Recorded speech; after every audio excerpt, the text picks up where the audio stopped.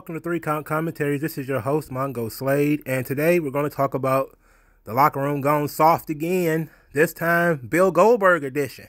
So, there's a growing divide in the WWE locker room it's a generational divide, obviously, between the young guys and the older guys. So, here is Bill Goldberg. He talked to Corey Graves on After the Bell. I don't have the audio, but I do have a transcript from Inside the Ropes that I will be reading.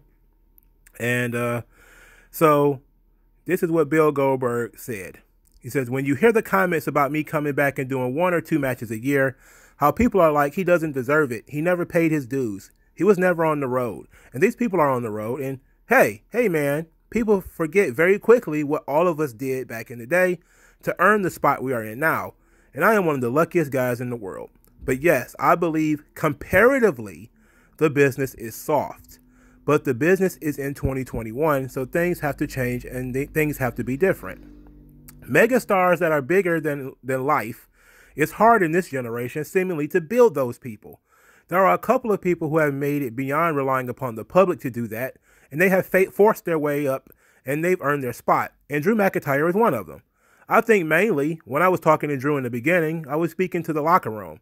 I was speaking to everybody, and he is the leader, right? So you got to be the leader and make sure everything is taken care of the right way.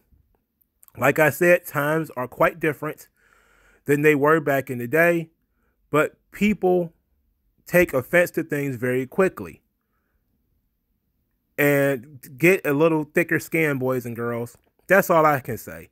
When legends came in, when I was in the business, in the beginning, I was greatly appreciative of the eyes they brought to our product. And one day, those young kids are going to be just like me, and I hope that karma comes back to bite them in the ass. That's all I can say. Because at 54 years old, I don't know one of them that could be doing what I do. It's disheartening. It really is, because it breaks up the camaraderie of the guys and girls backstage. There's not much trust left. You can't confide in people without them trying to get likes and put it on their social media.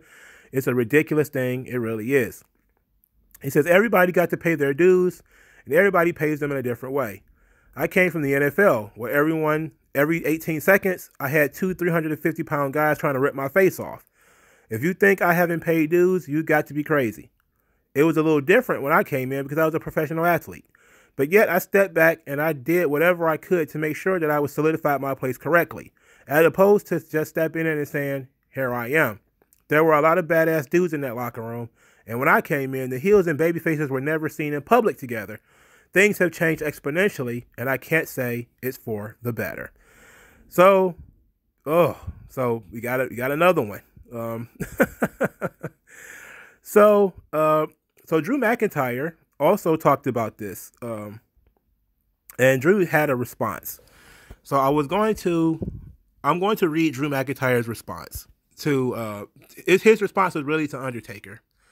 And I want to give people some idea of the situation Drew McIntyre is in. Drew McIntyre, as the guy who is the WWE champion, he is, mostly the top guy in the business. And a lot of people are looking to him to be the guy to say something and do something about these older dudes who are sort of attacking the young guys, because he is the stalwart now. He's in the position. There's about 4 top guys in WWE. There's Roman and Rollins. There's Orton and McIntyre. So, these guys are the guys that have to pick up the torch, and their opinion has a lot of weight to it. But you do have some young guys who are doing exactly what Goldberg said. They're taking to Twitter, or they're taking open mic opportunities to take shots. You've seen a lot of that recently. Ali taking shots at Hulk Hogan on Raw Talk. You've seen Xavier Woods and Big E in various interviews. Or Xavier Woods responding to Undertaker on Twitter. Big E talking about, hey, when it comes to the WrestleMania, they always look to the part-timers first, and then they come to us and say, oh, well, now who's been grinding? Basically saying that the part-timers don't do anything. And there's a growing divide in that locker room. And it's not just among the 50-year-olds and the the 30-year-olds. That's not exactly it either, because you have a lot of this stuff is fueled by wrestling journalists and stuff like that. So you even have it when it comes to the women, because you have a lot of Charlotte getting a lot of heat as well, for how she's pushed and those sorts of things, where people are just trying to create an old guard versus a new guard, or one of those, what's that WCW storyline, the Millionaires Club versus the new blood. You know, they might as well do that, you know, if that's what we're going to do. This must make some money off of it. But this is what Drew McIntyre had to say about Undertaker's criticism. And he says, "I don't agree whatsoever, especially from an in-ring perspective." He says, "I've listened to part of the podcast. I've got to listen to the whole thing. It's pretty new. But I think he may be referring to like the kind of storylines and characters, etc. Like the co-host that was on the show was like a fan from the Attitude Era. And I think they were perhaps referring to some of the outlandish storylines. Back in the day, they were more sexual-based, more risque, 18 plus. Our current project is PG. There's only so far we can push it, and we're willing to push it. There are certain things from back in the day that were awesome, and certain things that were not awesome that I don't want to go back to. So I'm not sure if it's more of that perspective when it comes to stories and not being adult-based as it used to be. But I think, you know, we're walking a good line right now. But when it comes to the in-ring game, that's not true at all. It's never been more physical. So this is going to be very interesting, because Drew is walking a line. Because if you've seen the Stone Cold Steve Austin storyline, you know that Undertaker is one of his mentors. So he's not in a really he's in a position where he's got to go against the guy who is bringing him in. So it's a difficult position to be in. This with Drew McIntyre and Roman and all these guys, man, because there are some younger guys who are chomping at the bit, but you have to ask the question of whether they can properly fill the shoes of these older guys. So you have to ask the question of the kinds of guys who are complaining, you know, the Mustafa Ali's, the, you know, sort of the Xavier Woods, you know, how big of stars can these guys really be? And I don't know, like, but it's becoming a recurring issue. So this is from Elias. This is from last year, December 2020. This is what Elias had to say on the subject of part-timers coming back. He says, so this is going to sound maybe a little selfish. This is from Wrestling Inc. or something like that. But when these guys are around, Undertaker, Kane, Shawn Michaels, when they would come back, I would personally get offended by that. The reason would be, I thought I should be in there with those guys and learning from them, or they shouldn't be there because it's the new guys' time. That's how I felt. I had a lot of anger towards, I want to say, that generation. I'm thinking like, hey, I'm getting the loudest reactions out there or whatever it may be. I'm the new guy. And then here comes these guys who take everyone's spots at WrestleMania, or they take spots on the other big pay-per-views. And Elias is shoved towards the side for whatever reason. So I had anger about that.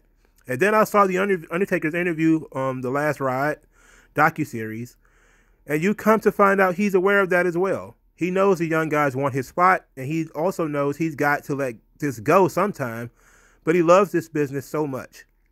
You can relate to that. It softens me to go, oh, I get it. I don't have that anger that I did before. Who knows if the situation is ever reversed or whatever.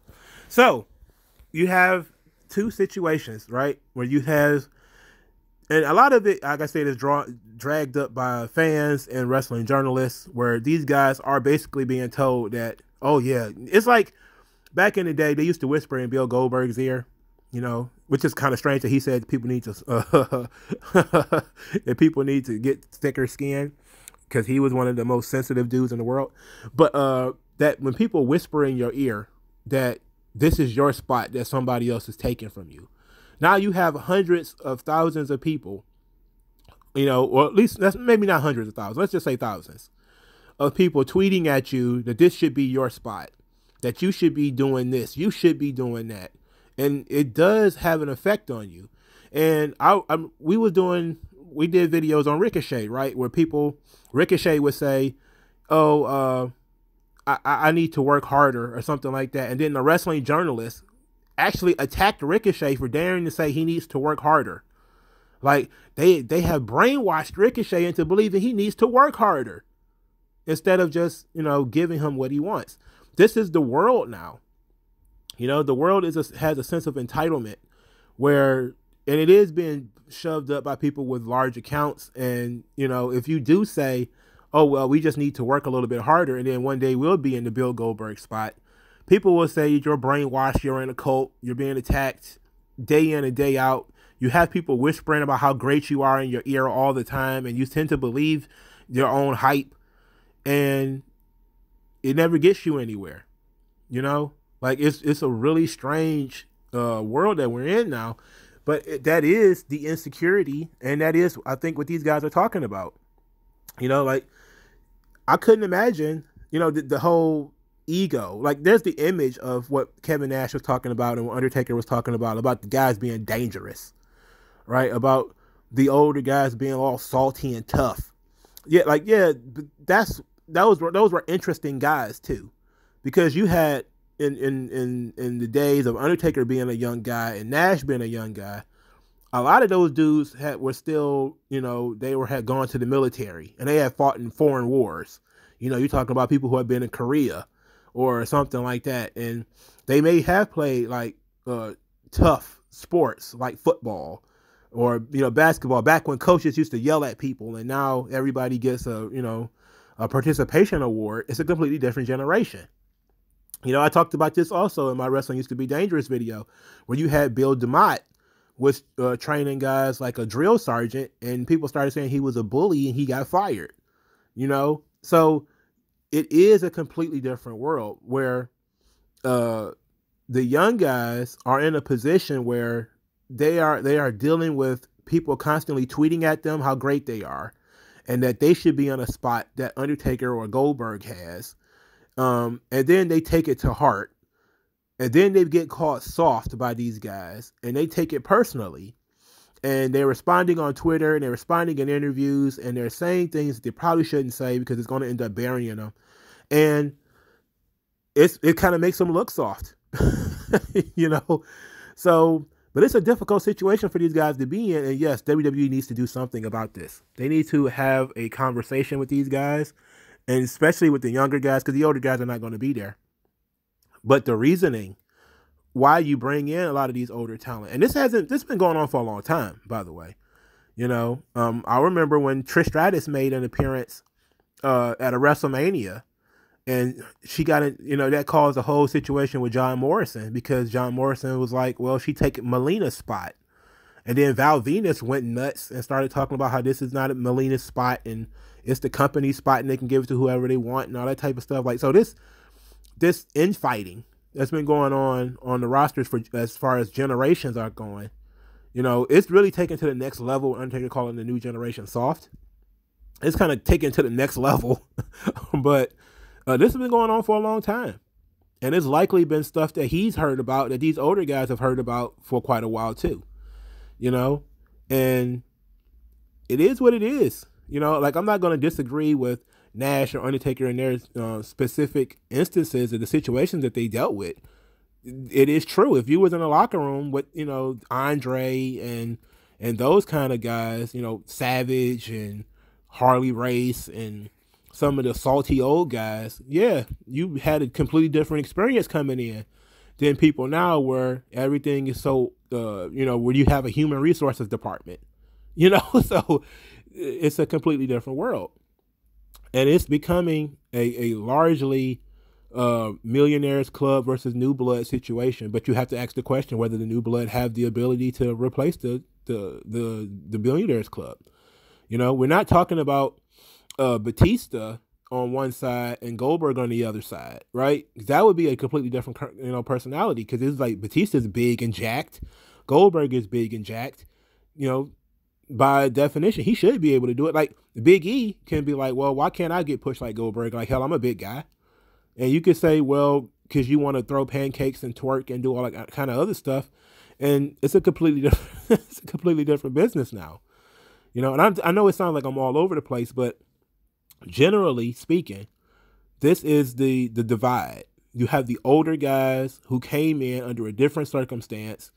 You know, the locker room was tougher. Everybody was more cutthroat. They were out for themselves. Everybody was big. Everybody was jacked. you know, but there was a diversity of body types and stuff like that. Now you have people who are largely professional. That's a positive, but they're also very sensitive because they're also on social media and they're being fed positive reinforcement constantly. So they're starting to believe the hype. They're starting to believe that they are, that the spots that are out there are for them. But, you know, it's a completely different world, man. And WWE does need to do something. And I know that a lot of people are just going to say, well, the young guys should win and they should just stop using older guys. But it's like, you got to do what the fans want. And if the fans want to see Bill Goldberg versus Drew McIntyre more than they want to see Mustafa Ali versus Drew McIntyre or Xavier Woods versus Drew McIntyre, then you have to give the fans what they want as long as Goldberg is capable of doing it. So, I don't know. You know, what do you guys think? Let me know in the comment section below.